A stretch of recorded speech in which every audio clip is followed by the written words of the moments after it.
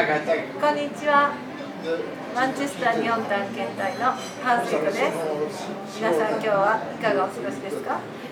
今日はなんと日本の京都に来ております。今日は、また特別な方々にお話を伺うことになっております。では早速始めてみましょう。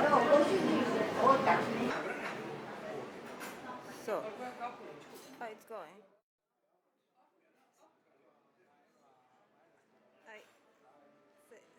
Peter, would you tell me why you or how you became interested in Japanese railway?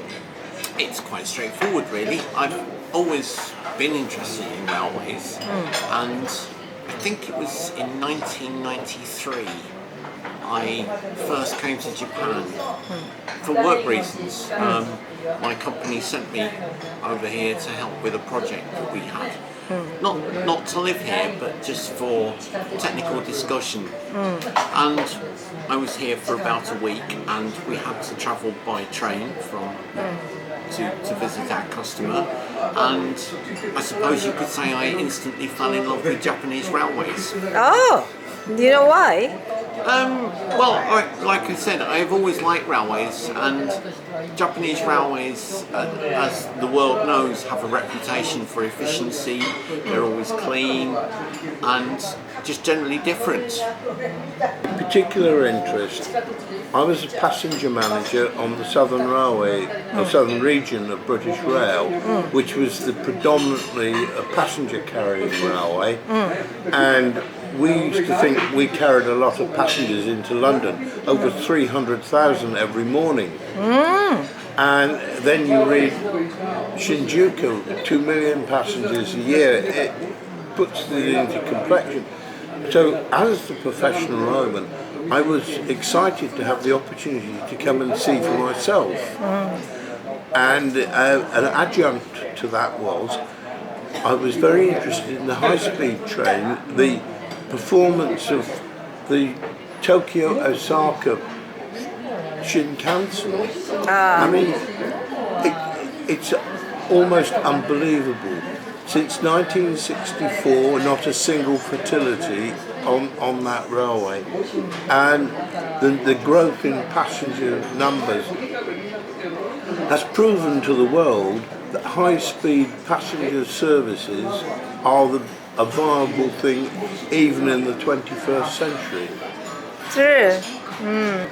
As I said, I've always been interested in railways, and when I came to Japan, I was impressed with the efficiency and the frequency of the trains, the volume of passengers that are carried compared to what we have in the United States.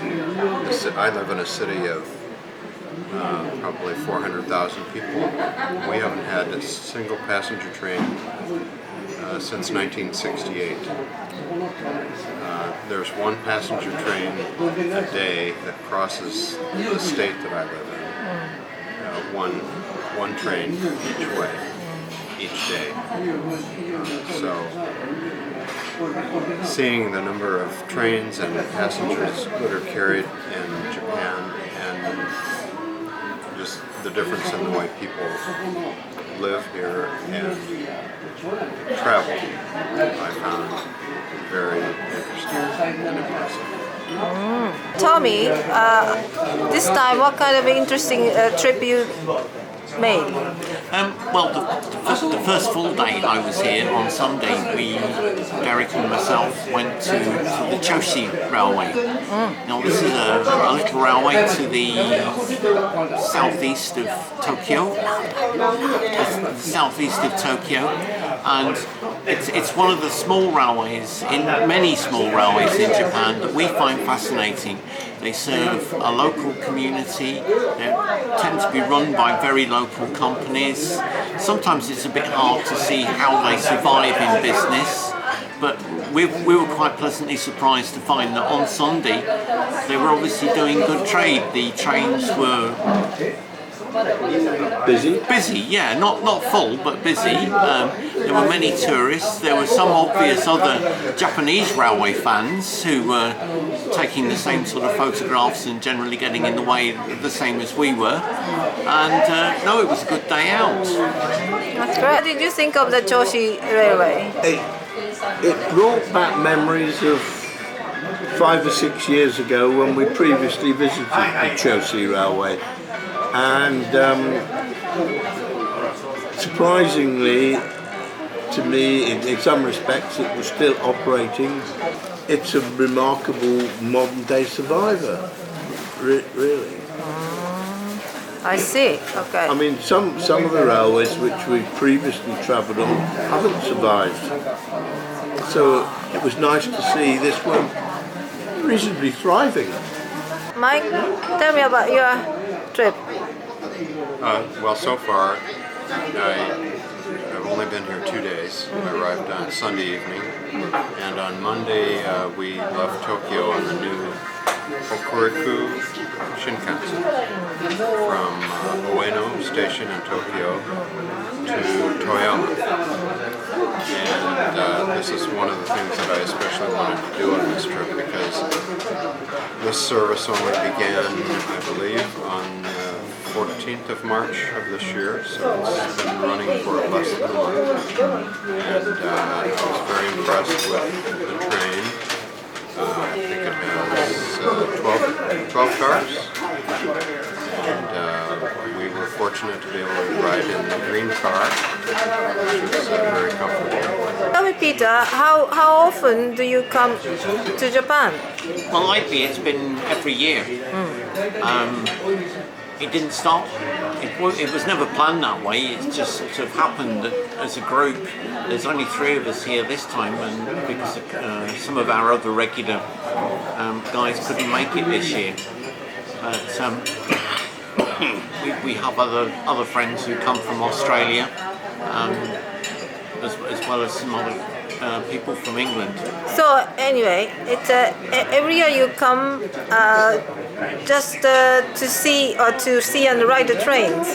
Yeah, over the past few years we've been concentrating on different parts of Japan. So last year we rode every railway line in Hokkaido.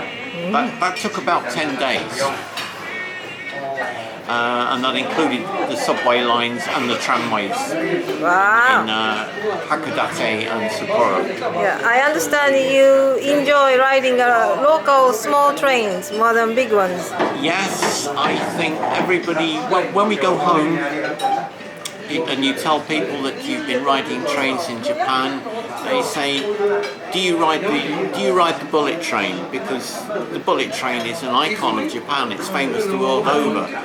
I think they would be very surprised to learn that we spend most of our time riding little one-car trains on rural lines in places that most people have never, not even us, have heard of before. As I said, I've been coming to Japan since 1998. This, I think, is my 15th trip, and during that time I've had the privilege of visiting every corner of Japan by rail. And I venture to suggest I've probably seen more of Japan than most Japanese people. Wow, that's wonderful. What do you think of bullet train system? Has it been changed? The way it has expanded, the evolution of the rolling stock over the periods. When I first came, the original bullet trains were still running. The Series 0 on the Hokkaido, the Tokyo Osaka route, and from there we've gone double-decker Shinkansens. We've gone to the Series 300, the Series 700 on the Osaka lines. When I first came, there was no Shinkansen in Kyushu. Then a small bit opened, and eventually it opened all the way through from Hakodate to Kagoshima. And I've been privileged to see that evolve. Colin is an authority on Japanese tramway systems, and he's been taking pictures of them for years and writing articles about them. And he's also preparing a book, which is about to be published in the near future about Japanese tramway systems. So one of the things we did yesterday when we stopped in Toyama was to see the changes that had been made to the tramway system at the JR station, and we took some photos for him, including some pictures of the track diagram, because he's very interested in those kinds of details. So